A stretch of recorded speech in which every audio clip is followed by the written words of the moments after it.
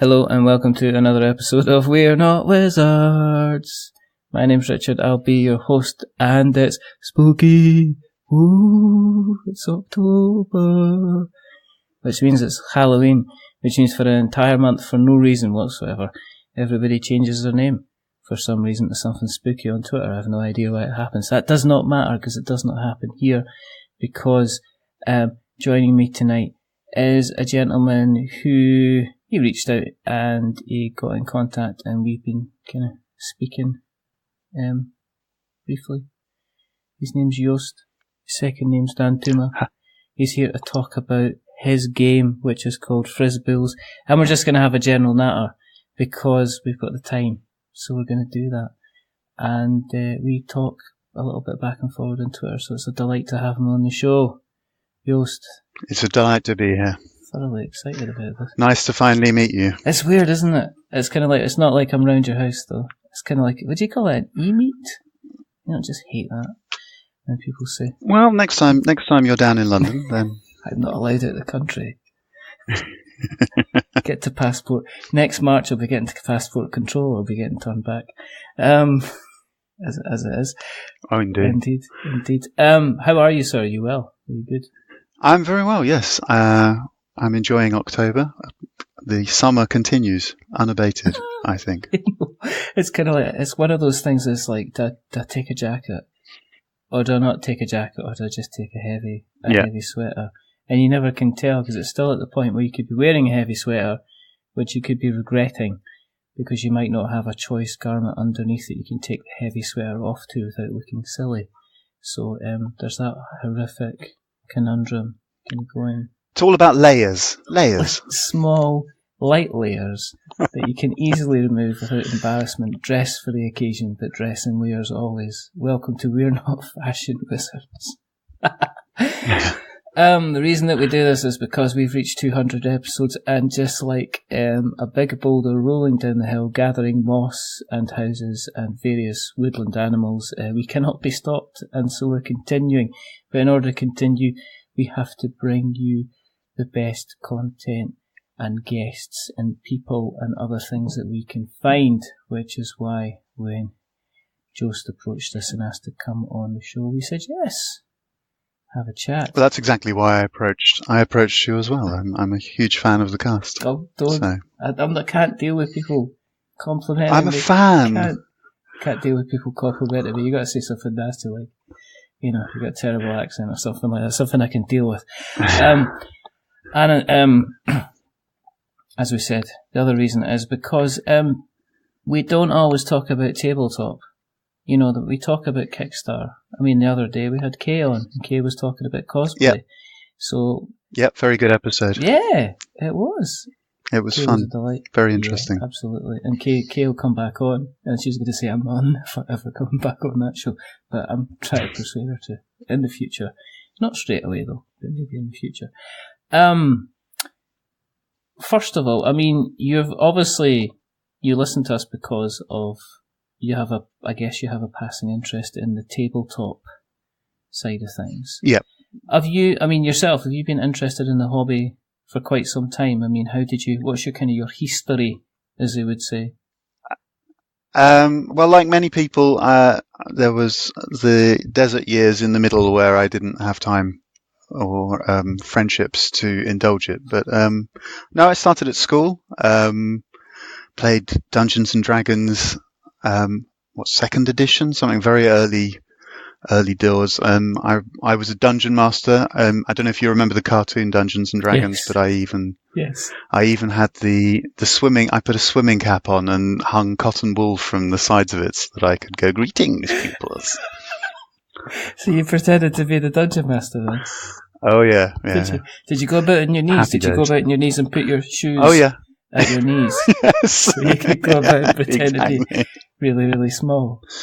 I think my biggest regret is one of the first guests we ever had on. Gary Butterfield. He started talking about Dungeons and Dragons, the cartoon, and I had a blank that day, and I went, "Yeah, I kind of remember." But I totally remember the show. I remember kind of watching it. I remember it went on forever. I never.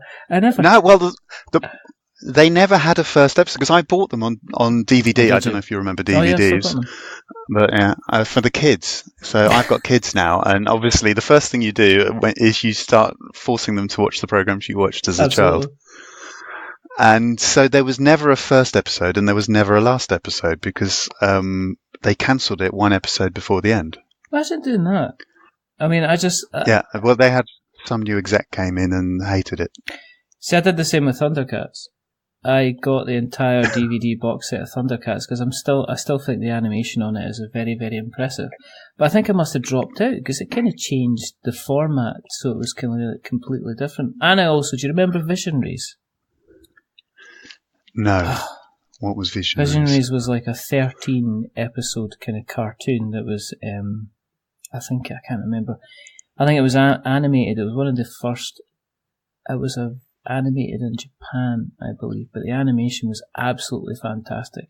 And it's about these kind of, you got the toys and they were little holographic, the figures, the plastic figures had little holographic breastplates on them. So when you looked at the figures, you could see like a 3D kind of model inside. I think I do remember that. And they had like... I have to admit, I'm cheating. I've got the internet on, so I'm just looking at pictures, and I think I do remember that. And it was one of these things that only lasted like 13 episodes, and then I think it got cancelled. Because I think it was around about the time where we were crossing into the place where cartoons, if they had a toy merchandise connected with them, the series being renewed was often based around the popularity of the toys that were around it, you know, like He-Man. Brush your teeth, children, at the end of every episode. Exactly. Do you know what I mean? Heroes take out the garbage in Eternia, and they use Fast Max bin bags to put their garbage in, kind of thing. You know, there's like He-Man's face on the side, and of course they've just redone She-Ra, so they've brought her out to an entire generation. So it'll be interesting to see how that kind of goes. Yeah, but Dungeons and Dragons, really like the cartoon.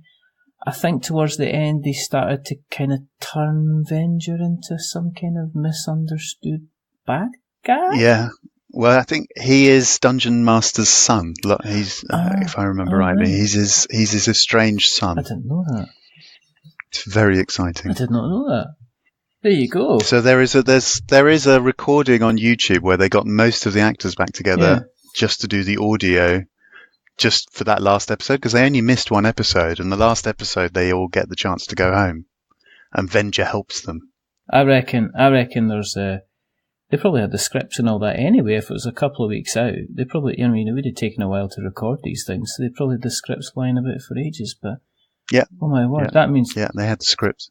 You realise we have to put the link to that YouTube video in the show. Oh, do I have to find that for you now? It's up to you. It's entirely up to you. I don't know if everybody really wants to hear that. I don't know if there'll be somebody out there that'll be kind of delighted about kind of finding it and realising that was the end. Because I remember being very happy about that cartoon, but oddly feeling dissatisfied, and maybe was because there was never ever a last episode. But I guess that's how the BBC used to run it. You know, they just replay it again and again and again and again because they'd bought the rights to kind of show it. So you're out in the wilderness, staying away from the tabletop. I take it you're doing more exciting things with yourself. Yeah, well, falling in love multiple times. Crying. Crying multiple times. The usual adolescent stuff. Yeah. So it all kind of went by the wayside. I don't even really play computer games very much, but my kids playing computer games kind of showed me the light and tried to bring them back into social behaviour. So I started buying some games, and then I got addicted, and even today I bought... What did I buy today? I bought Magic Maze today. Yes. And I pretend it's for them, but I just go, I wonder if the kids will like this one, and so I've ordered that one. But it's I bought over 100. So this has started a couple of years ago, maybe 3 ish years ago, and I've got well over 100 board games now, of which I would say 10 or 20 haven't been played. I take some out to take photos to put on Instagram, and force the kids to sit in the background trying to look happy. I bet they must like that. It's like, Dad, I want to be on my tablet. You're not allowed to play Crossy Road on your tablet. Get over here, let's look happy. Let's not pretend that electronics exist at all. Get ready for your Instagram picture. What filter do you think I should use?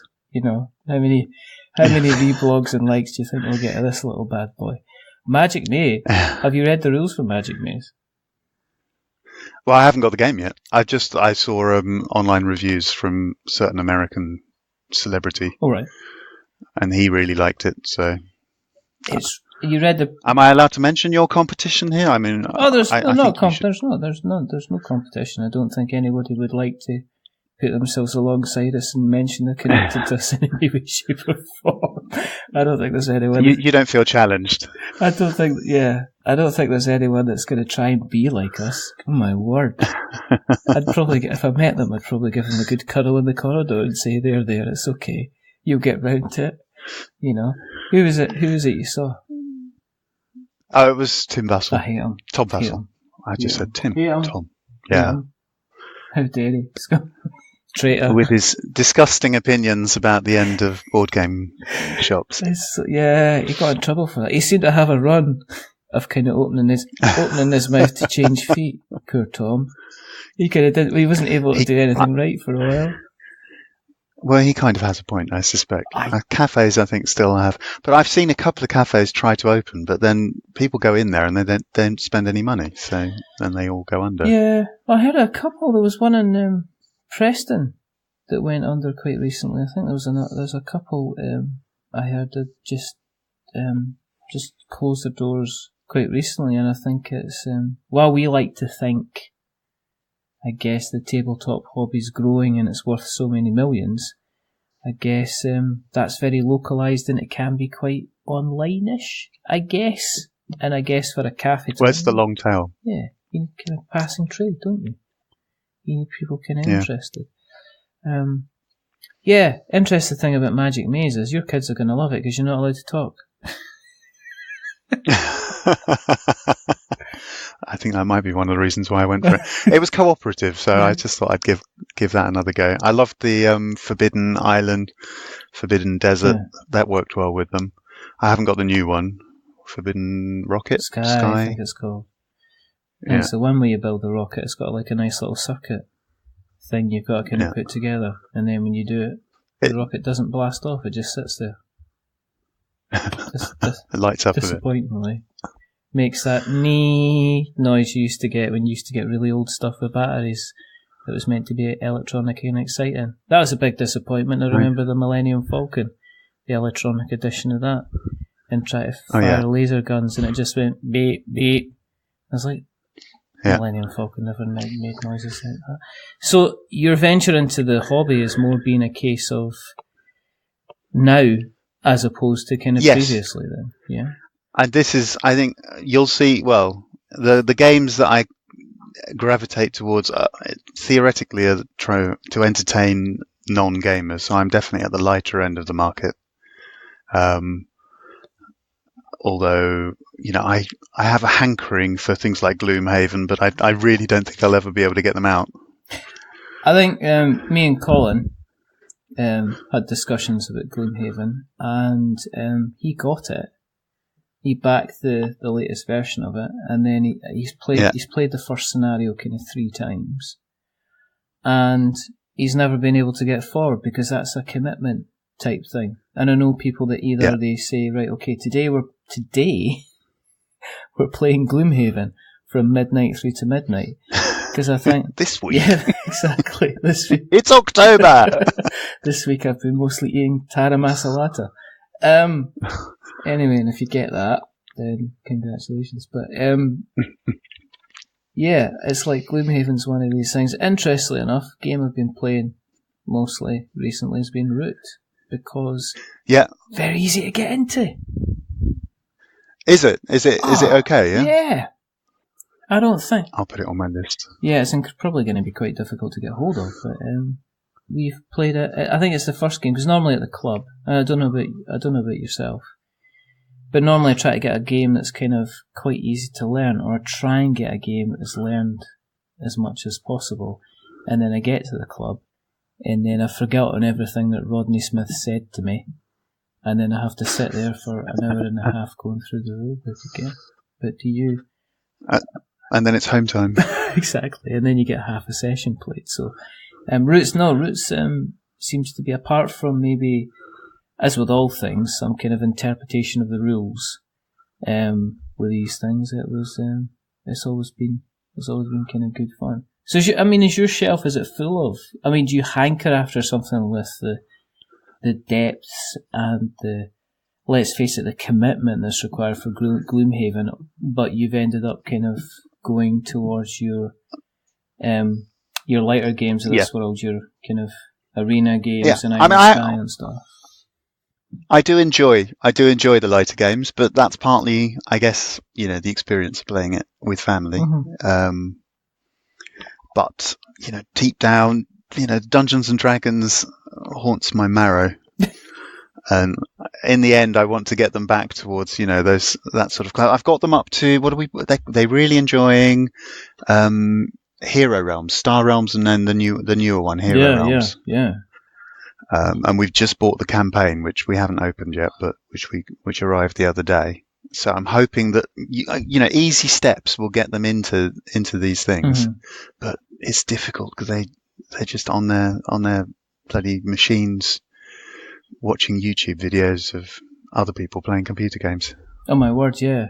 What's his name? Stampy Longhead. Yeah, well, they're getting older now, the kids, so, he's old hat. They're 11 and 13? Oh, right, so they are past their Stampy. No, I mean, to put it to one side, Stampy, I think... He was amazing. He's a really, really nice guy, and I've got nothing against him at all, because he has managed to take, let's face it, playing Super Mario Odyssey or Skylanders, and he's managed to make a career out of doing that, and he's obviously making some money, and he sounds like he's having a hell of a good time. He sounds like a perpetually happy chap. But then you get that borderline stuff. What do your kids kind of check out on YouTube now? I try and stay away from what they're watching as much as possible. They're beginning. They're touching on the Fortnite stuff. I know, but there's all sorts of games. I don't know. I can't remember what they're playing. And what they're watching. My only worry is that when my 5-year-old's watching YouTube, it's like he's only one algorithm away from stepping into something that he shouldn't be watching at all. I know that's the worry, because YouTube does spiral out of control, doesn't it? Yeah. Well, if you don't manage it, and you can't put the safety filters on because they stop everything. You can't watch anything at all. I know. No, I found out recently he discovered a channel where the guy was doing the stunts.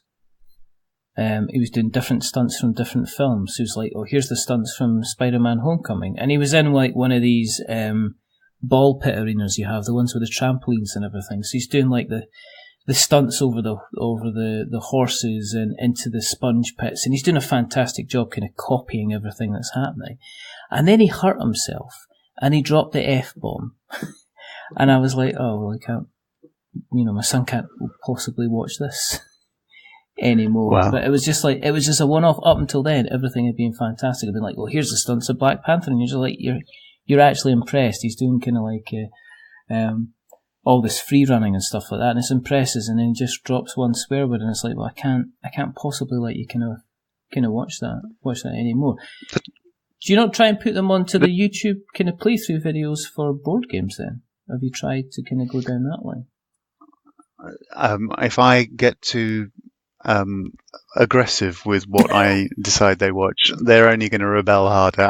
The softly approach is working. Just the fact that all the DVD collection has disappeared and been replaced by board games, and there's board games on every shelf and on every book and covering almost every loose surface now. I just think it's going to, by osmosis, they'll get it. They'll get into it. It's do you know what? In all fairness, it's happened to us. kind of recently, only because we sat down one day and we went, well, if he's not watching kind of maybe something on YouTube on his tablet, then he's watching something on Netflix, or he's playing the Nintendo Switch. And I was like, we need to do something where he's just sitting there himself, interacting with no one except himself, and he's just being fed this information without the brain side of stuff. So we got him into, he started playing Pokemon, which people will scream out and say, that's terrible, it's Pokemon, you can't do it Pokemon, it's a start, because it's me and him.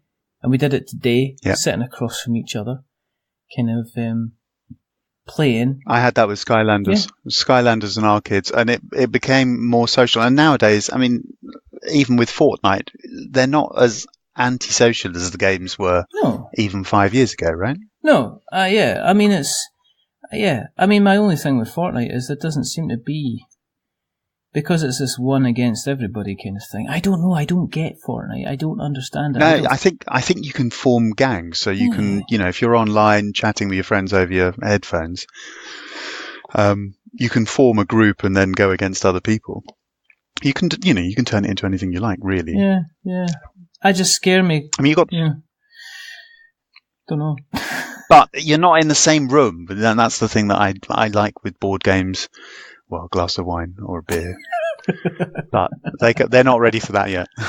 I think, what we've done is we played Escape from Atlantis together. We played Rampage, which is now called Terror in Meeple City together. We've played versions of Catacombs, the dexterity game. So we've played that all together. So, but everybody gets involved and everybody's playing together, and the screen's off to one side and not even the telly's on in the background, and it's kind of fantastic. So today we played, and what I'll do is I'll take maybe one of the more complicated games that looks fantastic and looks nice and shiny, but we'll strim out all of the complicated kind of rules, I guess. Yeah, I was thinking. Yeah. I mean, we've done. You've got all those dexterity games, and we love playing In a Bind. What's it called now? Yogi by Bez.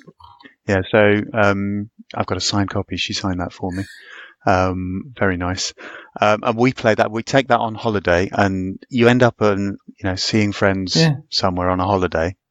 And then their kids don't know what to do because nobody's brought anything for the kids to do, and everybody's banned them from their computer games. Exactly. And I just get that out, and they're so happy. I know, and I think that's important because it kind of reminds you. I mean, this is ridiculous, but if you're looking back to when you and me were growing up, you always had something to do. You'd take an activity book with you or something, or you would just run about. Yep.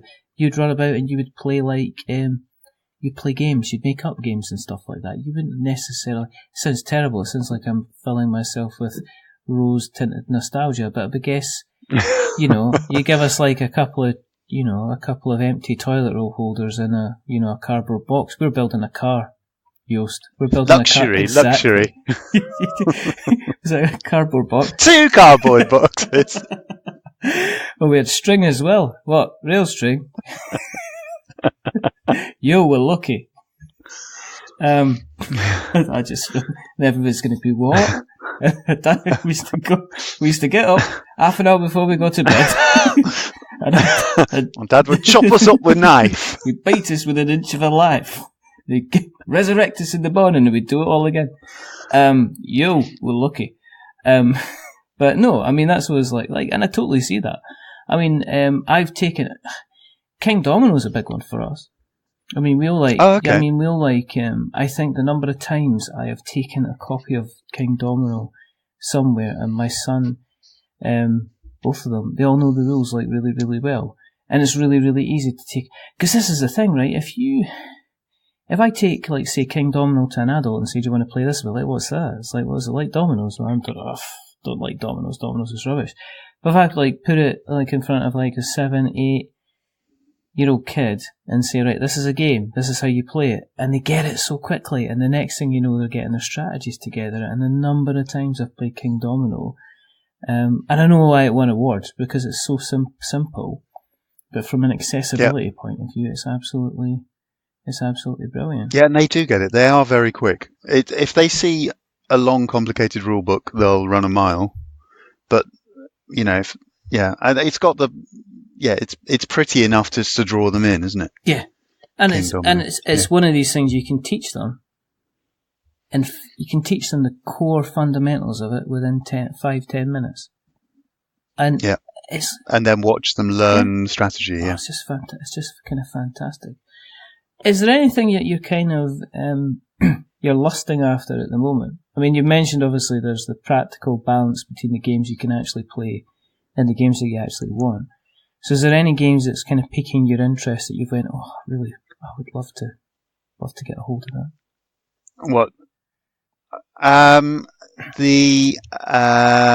I just generally, we'll have a look, but I quite was interested in Robo Rally. I haven't seen it, but my son is quite into computer programming and things, so I thought maybe Robo Rally and things. He's 11. I don't know if he's old enough. Have you played that?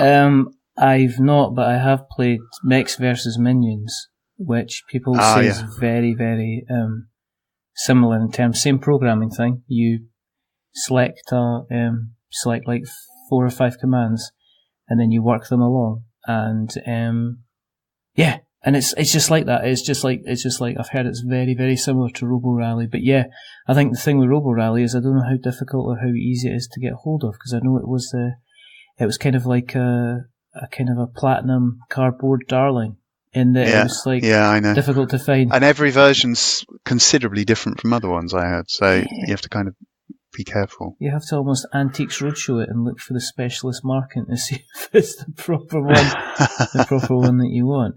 And then Clank. I'm aching for Clank. Well, probably Clank in Space now, but that push your luck stuff, it works for me. Clank was another one of these games that has very many. It's got layers. It's kind of new. So I'm going to go Shrek, aren't I? It's like an onion. It's got layers. But it's very, very nuanced game in terms of, somebody says, okay, just go down there, see how much noise you can get. If you make too much noise, the dragon will come and get you, kind of thing. But then there's all the different various little. I remember we had a very, very good teacher who taught us about how to play Clank, and it made the entire game such a joy to learn and joy to play. I don't know if Clank in Space if it measures up. I'm assuming it does. I mean, I've heard that it's similar with a couple of bits ironed out, so I don't know, but maybe for Christmas we'll see. Yeah. As an aside, because you are a parent, because we're both obviously parents, is the cost of board games, does that kind of put you off as well, when you kind of weigh up the cost of a board game next to maybe the cost of, say, them getting a pack on Fortnite or something like that? Is that to you becoming a bit more of an issue in terms of? I think I've noticed it on Kickstarter, but I'm wondering if it's because it's the hobby market that people are aiming at, and people are less price sensitive. Yeah. And I've been very careful when we get around on Frisboules, because I'm not aiming at that market particularly. I'm aiming at people who don't buy games normally. So I'm comparing my game to a bottle of wine in a restaurant or a round of drinks or things like that. And, that market, they're scared if anything is over £20. And you're like, well, you go to the cinema and it's 50, 60. Tell me about it. But they don't draw those comparisons, do they? So that's difficult. And then I'm watching the hobby market. I backed a few games. I even backed, because it's a year ago when I backed it. Monster Slaughter. Do you remember Monster Slaughter was on? I backed that because I'm a horror fan, and you play the side of the horror families trying to kill the idiots in the cabin. Now that was $75, but nowadays you're just seeing these games and they're all $100 plus, aren't they? So and with the exchange rate, and the miniatures look pretty.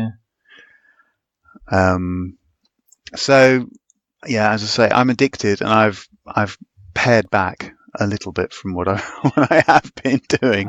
I think you're totally right. Because otherwise, you can spend £30. You buy a board game a week easily, and that gets very expensive. And you can back technically, you can easily back 2 or 3 a day. I mean, and they're not. I mean, and they're just. I kind of like being a member of so many board game groups, and all I get all the time is, look, this one's coming out. Look, this one's coming out, or this has been out, or look at this, kind of back this, and I've actually had to kind of be very, very selective. And almost kind of think, do I need another nice-looking miniatures game in my life? Because I was thinking about, was it Dark Souls? And my mate Steve, he says, you got Dark Souls? He says, yeah. He says, well, the all the expansions have turned up at XYZ Games or whatever. And I was like, oh, right, okay, so I didn't have to go to all the trouble of putting in a maxi huge pledge because I could have just held off and picked and chose what I wanted at the time. So it's a bit of it's just, especially Kickstarter, kind of pay for now something that I might not be getting for a year. It's difficult. It's just the cost. Yeah.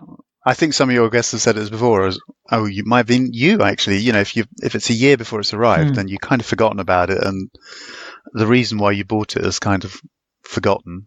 And something arrives, and you're like, "What is this again? Can't remember. Why did I like this?" And then the other thing with Kickstarter as well, and I think this is going to become more and more with you getting more games on the Kickstarter market, is that an idea which was relatively new, interesting, exciting, by the time that Kickstarter turns up, somebody might have potentially been able to do that, do something different, do something kind of similar, do something that was a bit more exciting. I think that's kind of what happened with Root to me. It's kind of taking me down a completely different kind of market. I got Root, and somebody says, "Oh, that's just a war game with woodland animals." And I was like, "No, it's not." And he says, "Yeah." He says, "You run this side by side with a lot of war games and how they play, and Root's kind of right up there." And I was like, I hope that doesn't mean I'm a war game. I'm not a war game. I'm not one of these. I need to better go and contact Katie at Katie's Game Corner and ask for my copy of Twilight Struggle if that's going to be the kind of case.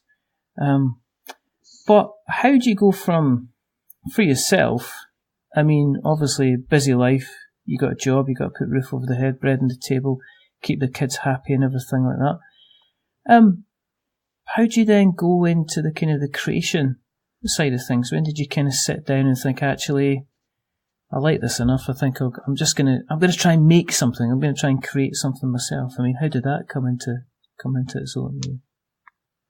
Well, I've always had a little bit of that creativity. I mean, if you're going to be a dungeon master as a kid, you have that to begin with because you're creating. I'm just thinking you're creating a world, right? I'm thinking swimming cap. Yeah. It was a bright red swimming cap as well. I couldn't find a pink one, so it didn't work. Where's Santa going? He's swimming.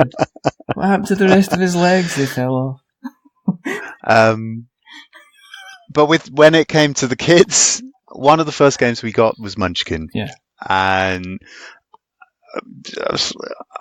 I like Munchkin. It's fine. It's good. They really liked it. Mm-hmm.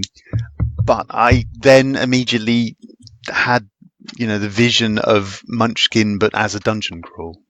So actually evolving a space as you moved around it. And we're all creative deep down. I'm finance in my main job, which is very dull until I'm being creatively financed. Mm-hmm. Say no more. I'm not going to say anything.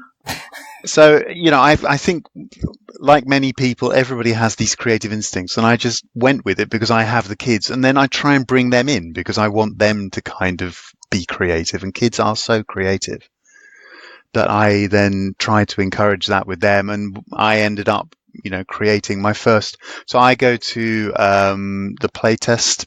I'm in London, and I'm in the playtest group with lots of these proper designers.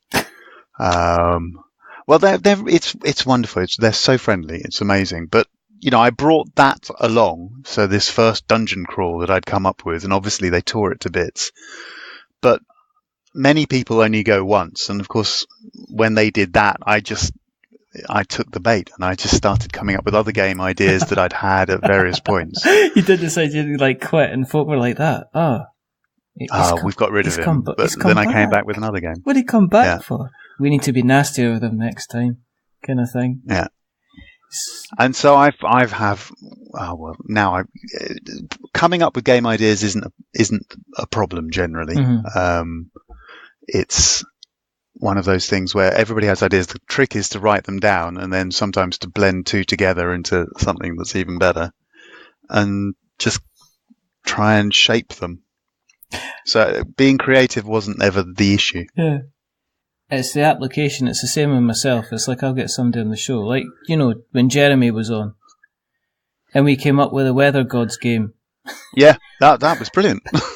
I was writing notes. I thought, third person that's kind of like, is that Weather Gods game? That says like I am the god of fog. Exactly. A light mist. I'm the god of slight frost. It's not slippy enough to do damage to you when you fall, but it's slippy enough to cause that annoying, really hard frost in the car. Yeah, kind of thing. And I got a couple of folks saying, that sounds like a really, really good idea. And I was like, yes, I know, but I'm have like 20, 30 ideas kind of like a month, but I say, it could be, I don't know, it could be pushing a wheelbarrow.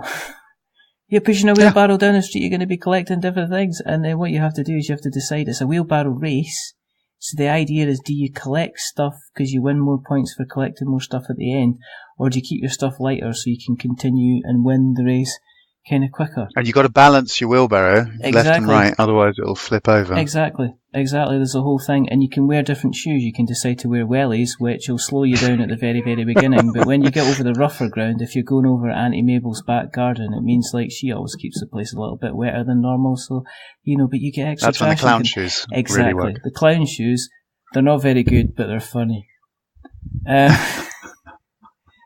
so I have ideas like that, and I've focused on, you should do that, and I was like, yeah, I know, but then it's sitting down, and my difficulty is having the kind of the time. So when I speak to somebody like you, and you're saying, well, actually, this is what you need to do. I'm going to the playtest stuff, and you're going back after you get kind of torn apart.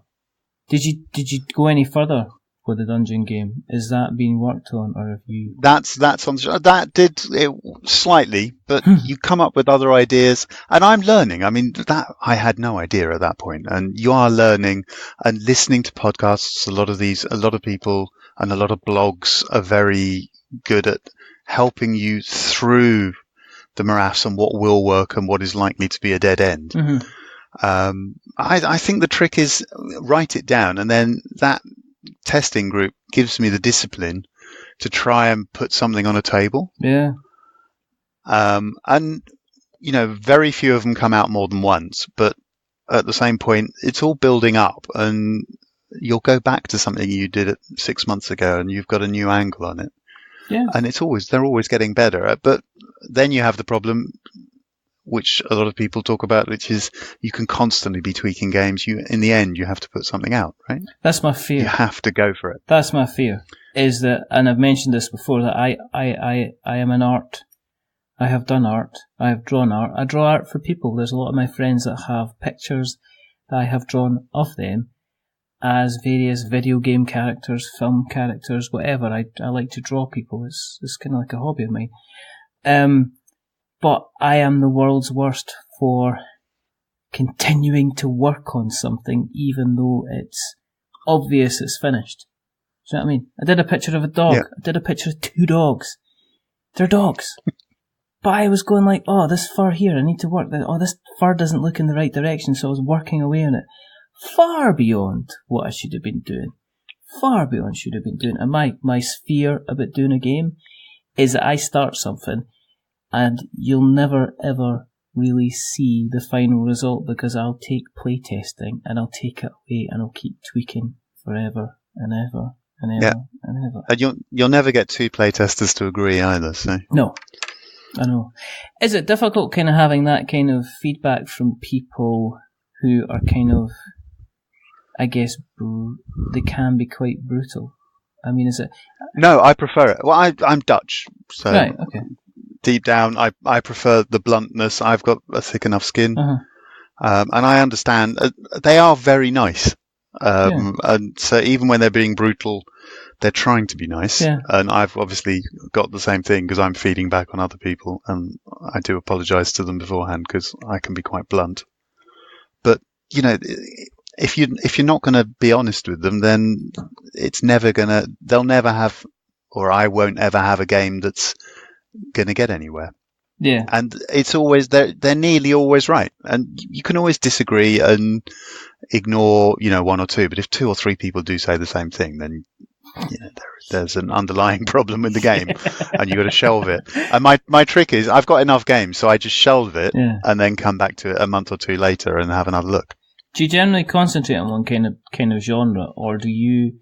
I mean, no, I go the opposite way. I try and give myself some sort of constraint and go for a type of game. So I've just been signed up by Button Shy for a micro game, and that was me challenging myself to do a game, and I wanted to do a party game. So it was a party game that was with 18 cards or less.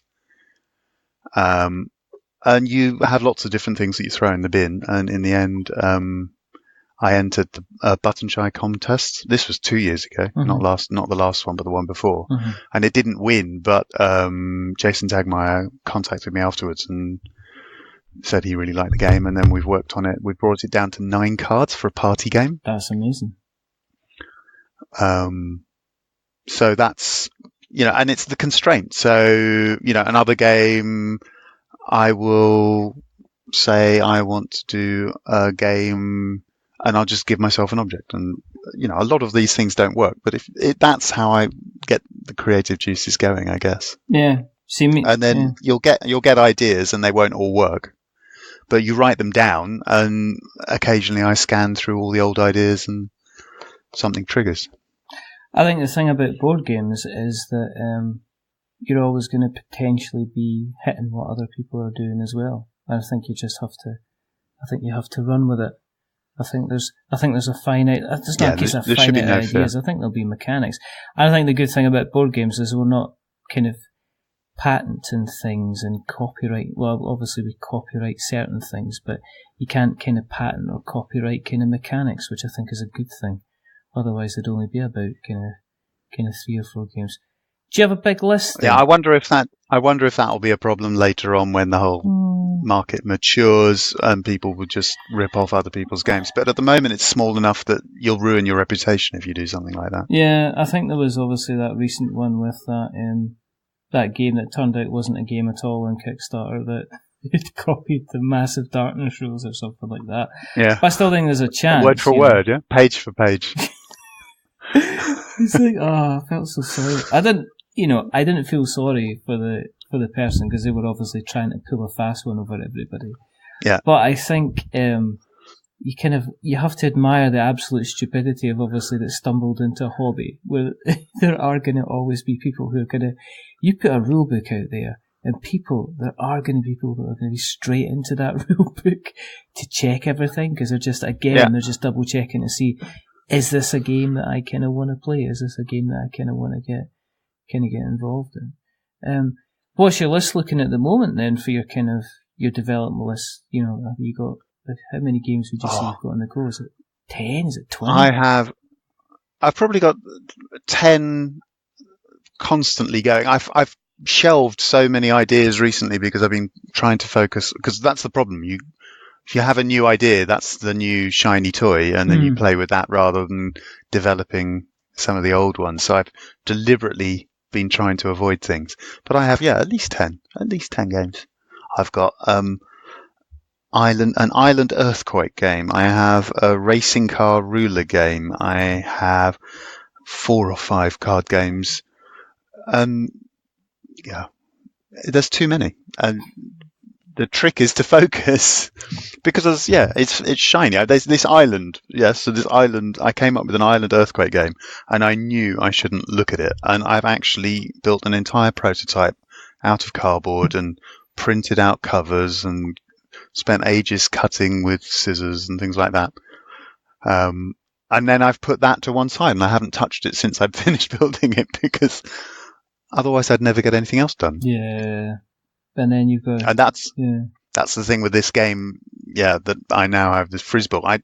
I had an ambition January the 1st. I said, by the end of this year, I want to have had one Kickstarter and one game published. So, and that's, in the end, you have to have that focus. And the other things will come. Is it important, do you think, to kind of break your Kickstarter, I was going to say duck? It is to me. You know. And I mean, you use up some favours. I mean, many of the copies. I mean, it's a small Kickstarter. I think I've sold. I'm aiming to sell 100, and I think I've sold 90, something like 90. Mm-hmm. So I'm nearly there, and hopefully by the time this goes out, I'll be past 100%. But those are, a lot of those are playtesters, because I took it to the park, and the playtesters I have are members of the public, because that's the market I'm going for. So I took it to the park and got families to play and things like that. And then I said, if you like it, send me your email address. And then amazingly, lots of these people, I think, well, I'm not 100% sure, have then backed me. I'll find out when I find out who they are. Because at the moment, on Kickstarter, if they sign in as a guest, you don't know any details. Yeah. Yeah. And a lot of them have bought 2, which is the other. I think I'm averaging 1.5 per buyer. So they obviously really liked it. That's amazing.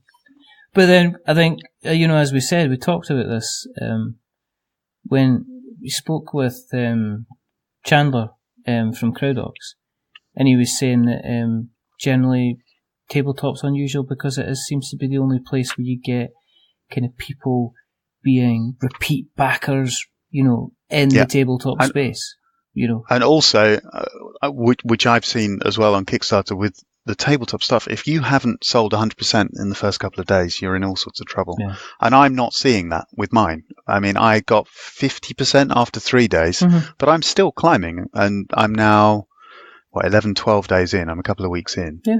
And I'm not at 100%, but I'm confident I'll get there, because it's still, just marching on. And a lot of people don't understand. They're like, oh, well, if it finishes on, in October, 23rd, then, I'll just wait till closer to then. Payday's coming. I'll wait till then. And they don't have that same. I'm trying to, because I've said, if I don't get a decent amount quickly, then you haven't got the momentum. But I'm not really suffering from that. And I think it's a different market that I'm looking at. Yeah. Yes, I think it's a steady. I think tabletop seems to be the only place where, and I've seen this continuously, and I'm going to go into it very quickly, but just, you're not funded within the first 48 hours, you're in a lot of trouble, boys. And then the part of me is like saying, but I've seen a lot of campaigns that have steadily funded up until kind of like the last minute. I mean, the most recent one was, I'm just trying to think, was it Dice Summoners? Who, do you know what? I went on record and I think I said in my preview, when I played the game, I was like, I really, really like this game. But then when I met them, I really, really liked the people, which made me kind of go, I really, really hope they fund. And they have funded, but they've actually been one of these guys that they've just slow and steady kind of won the race. They've not had they had the flourish at the beginning, and then they're kind of steady along. And I must admit, there was part of me that was kind of like, I really, really hope. I really, really hope they fund. And then they have. And now it's all of a sudden taken a massive jump. But, I mean, normally you'd be like, well, I'm looking at, who else have we looked at? The Stonebound Saga, and that was the expansion, they're doing an expansion to it. So it's not the main game, but they're selling an expansion. So at the beginning they were kind of like, people again were saying, well, why isn't this funded? And I remember Martin Poole actually bringing it up and saying, this game looks fantastic, why hasn't it funded? And I was like, I kind of said, well, does it really matter if it doesn't fund within the first 48 hours? Is this where we kind of are? Because does it not end people having like a lower target? And I've said this so many times before. But they are basically, they're about $1,000 away from funding, so they're definitely going to fund. The thing's going to get made and people are going to get it in their hands. But there's always ones that are kind of confusing. Frisboules doesn't seem confusing at all, though. It seems very, very... I couldn't make anything simpler, really. I don't know. I kind of looked at it and I went, I've seen this, and then I went, I haven't seen it. This is easy. From what? Okay, I would ask you to explain it, but I think if I explained it, and if I explain it wrong, I shouldn't be able to explain it wrong. But it is. Then I have a problem. Well, I'm not very clever. Anyway, so me not being able to explain something correctly is hardly a measurement of whether or not something is explainable in the first place. Let's be perfectly honest about this, Your Honour. The Frisboules is essentially, it's discs. It's kind of discs which are about 3.5, 4 inches across. And what you do is, you've got one that's marked Jack, and that's not because it's like a collection of boys and girls' names. And it's, you throw the Jack out, and then the idea is that you've got to get closest to the Jack by throwing other discs at the Jack. Except there's 2 Jacks, I believe. You put them out. And the team, you've got 2 different teams, and they try and get closest to the Jacks, and then if not, you've got little extra additional bits, like you switch colours round, so if somebody hits a switch colour disc, all the teams all of a sudden are hitting for the similar colours. The idea is you set it up in a park, you set it up in a place where you've got maybe about 8 to 10 feet of space, and then you've got something that you just chuck at, you've got little discs that you chuck at other discs, and whoever gets closest to the discs kind of wins. And it's that kind of simple. Is it? It's pretty much. I mean, it's meant to be a portable version of Boule or Petanque, any of the, those games with the metal balls, where like lawn bowls sort of thing, but you're throwing. But it's more portable.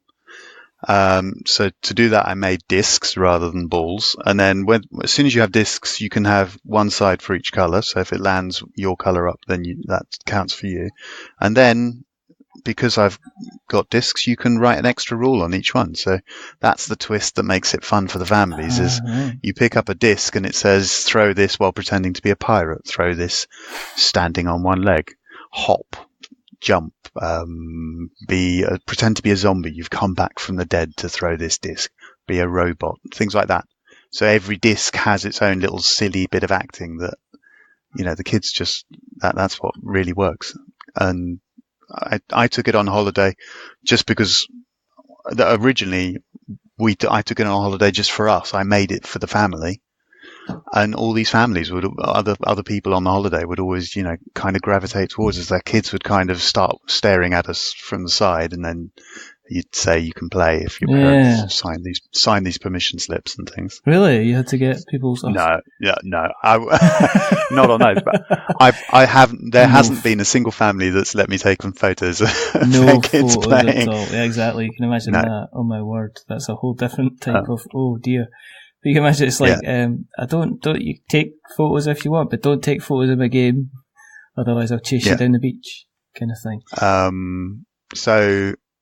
And that's why. And then because of that, it's got that kind of gravitational pull to other families and to kids. And then when I was talking to my family as to which of the games I should try and go for Kickstarter this year, that was the one they said had the most appeal. Now that's ended up me marketing it through play and through, just bringing it out there, because I don't think people entirely get it, and I haven't got the following or anything online. That'll come one day. But that's been the buyers for this. So it's people who have played the game and have experienced the game, and so it's been gratifying when they then buy more than one copy. I've been trying to sell it for Christmas, because originally I wanted to do it in May, but I was never going to get it produced in time. So I already have some copies on me now. I've already been manufacturing, because that's the other thing with this market is, as you've been saying, they're not willing to wait a year at all. They're surprised if they have to wait a month, and I'm trying to now say you'll get it in time for Christmas. Yeah, which is what they kind of want. Yeah, I can't imagine somebody that's really not aware of how Kickstarter works. I'll get it in a year. Well, you're going to be going on holiday with my money or something like that. You're going to just imagine the kind of the conversation that's going to kind of kind of come out. Yeah, kind of come out with that. If you tell them you haven't even started manufacturing it, then they glaze over. So I've been already manufacturing. I mean, I've said I'm limiting, on the teeny chance that it ever took off. This is a prototype, first edition sort of thing. So I'm only going to make an amount that I feel comfortable selling. But I've already had 100 delivered, so that's why I made the minimum commitment of 100, and then the rest I can get in by the end of October, so I can get it to people by. So what are by the end of November. Discs? Are the discs plastic, or are they rubber, or? They're a wooden core, and then so I found a manufacturer of beer mats, so posh beer mats, so leather coasters sort of thing, and it's not real leather; it's fake leather. Yeah. And it's that sort of material, and then they've coated the edges in a plastic so it's waterproof, and then they've embossed it with gold embossments. That's so amazing. Why? Yeah, I looked at laser printing on because my prototypes were all wood. Yeah. And then I looked at laser printing, and it's just too expensive, and I'm aiming at a mass market, so I said I really didn't want it to be more than £30. It's 33, and then it would retail at 40, I guess, if I ever managed to. I'm making a loss on these, but if I ever manage to get it to take off and you start getting a few thousand copies, then obviously the production costs come down. Yeah. But I'm standing here because I stand when I record, like I do when I salute. I now have a vision. Yeah. You don't have. Do you know what I was saying? Was it when I see it? Do you know I told you I was recording? I recorded with Gabe Barrett, and Gabe has his camera on. Now the way my setup is that my recording PC is actually on the shelf below me. My mic is in my games cupboard, so the mic is on the game and it's on a shelf in my games cupboard, which is about me height. And there's a bit of carpet that I hang on the door opposite the microphone to kind of get rid of all the noise, which people don't want. Yeah, I've got all sorts of stuff hanging off doors in there. But the PC is on the shelf below, so if I got the camera on, you ain't going to see pictures of my face. I'm just saying,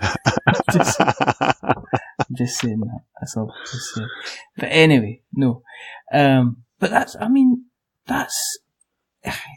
of this is kind of exciting because.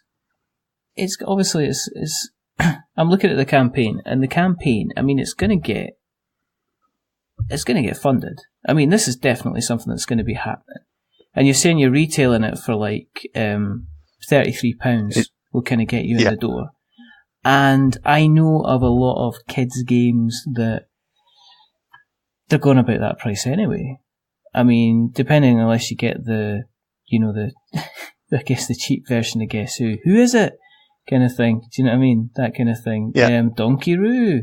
All these kind of things. Line Up 4. All those amazing kind of games which are about £10.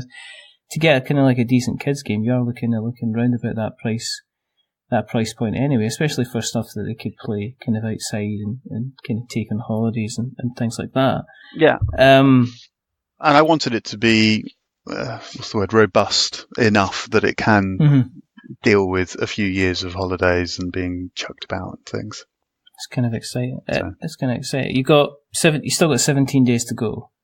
You're almost trickling into. Yeah, I'm doing a couple of live events. I mean, I might do a live event on Kickstarter. I don't really know how that works. How do you get people to watch a live event on Kickstarter? I don't know. I'm just going to do it. I'm going to go in the park this weekend and play again. I've got some chits with the advert on so that they can pick it up afterwards.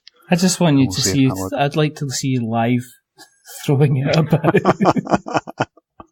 We want to see what kind of horror story would ensue. But you'd have to do the thing where you spin around in a circle, and then there's a dizzy one that you have to dance in a way that the opposition give you a style of dancing and all sorts of things like that.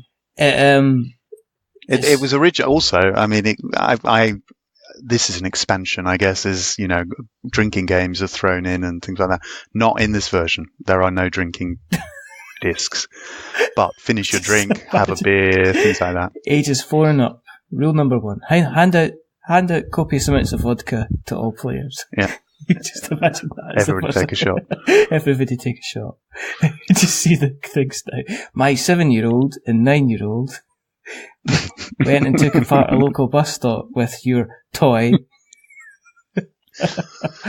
Yes. Are you in the situation though where is it kind of like if you then move into the tabletop space? And what I mean by this is you're saying your audience at the moment are predominantly people who seem to be kind of like first time on Kickstarter. It's not your normal demographic for this type of game. When you are going down the next line into the next project, is this going to make it kind of almost like you might potentially be kind of starting again as the kind of audience that's going to back Frisboules might not be the audience which is going to back your kind of like your dungeon crawler game or your next potential project? I have that worry. I think if you've had a successful Kickstarter, it will, and you've also delivered on a Kickstarter, because that's one of the things that people are worried about. If you've done it before, you're getting a reputation for being a solid supplier of whatever it is that you're supplying, and then finding the specific market. I think people do their research now on Kickstarter, and they try and see if you're going to give shoddy goods, or you're not going to deliver, or you're going to take years. And if I can show that I'm not like that in a slightly different market, I still think that will transfer over. I'm hoping anyway. I don't know any more than a lot of people. I'm not marketing. I hope these things will carry over and be seen as in a positive light. And I have done, as I say, I'm now published at least on a micro game, so I have a hobby game. That's coming out in December, I think. So in the end, you're building a brand, right? And even if the brand is at least being able to deliver and having a quality product, then I think that will transfer. Oh, it sounds like things are very, very exciting for you. Yeah. It's fun. It's fun. It's an adventure. I mean, what was the worst that could happen? Nothing, I guess, if you don't try, One of these days there will be a Weather Gods game that's appearing. But we should. I'll back it. I'll be there. Do you know what is going to be? I think potentially the card game is going to be appearing. The spell, the dual, the spelling game. Yeah, dual purpose is going to potentially be a thing. Which is a strange thing to do. But we shall see. I wish you should go for it. I am. I have decided I need to do something, because otherwise I'm going to sit there and go, somebody's going to come up with a Weather Gods thing, and I'm just going to be absolutely gutted that it wasn't me, or Squirrel Valley, or whatever any other games of nonsense that I've thought about over the last kind of 2 years. I had it with Dice Summoners, because you had them on here, didn't you? Yeah. When I heard about it, I tore up one of my ideas from a couple of years ago. But there are only so many games, right? How dare they? I hope they fail. But they're not, because they're going to pass. It's all good. If people want to find out more about yourself, keep an eye on yourself and what you're up to, where can they find you on the interweb nets, sir? Well, I think you'll have my name in your details, which is Joost Dantuma, and just look for that on Instagram, on Twitter, Frisboules, even on. I think you can find me through that on Kickstarter as well. I use my own name on these things, and then Frisboules is you'll have that written down, Frisboules, and that's on Kickstarter. There is a website as well. It's not the most exciting. I designed it myself, and I'm not a web designer. It's all good. What we'll do but that's got videos and fun. There you go. And we'll make sure that we put all of the notes. Yeah, You've been doing this 207 times, you can't even get it right. I'll put all the links in the show notes so we have notes to show. It's the one line I need to get right at the end, and I've managed to completely fluff it up. I'm not going to edit it, because I need to give you a link, don't I, for Dungeons and Dragons final episode. Yes, you do. Yeah, get a hold of that. And if Joost hasn't given us the link to the final episode, we can hunt him down like the dog that he is, for letting us all down and never ever back any of his games at all. If you want to Well, I hope to be back one day with something more suited to your audience.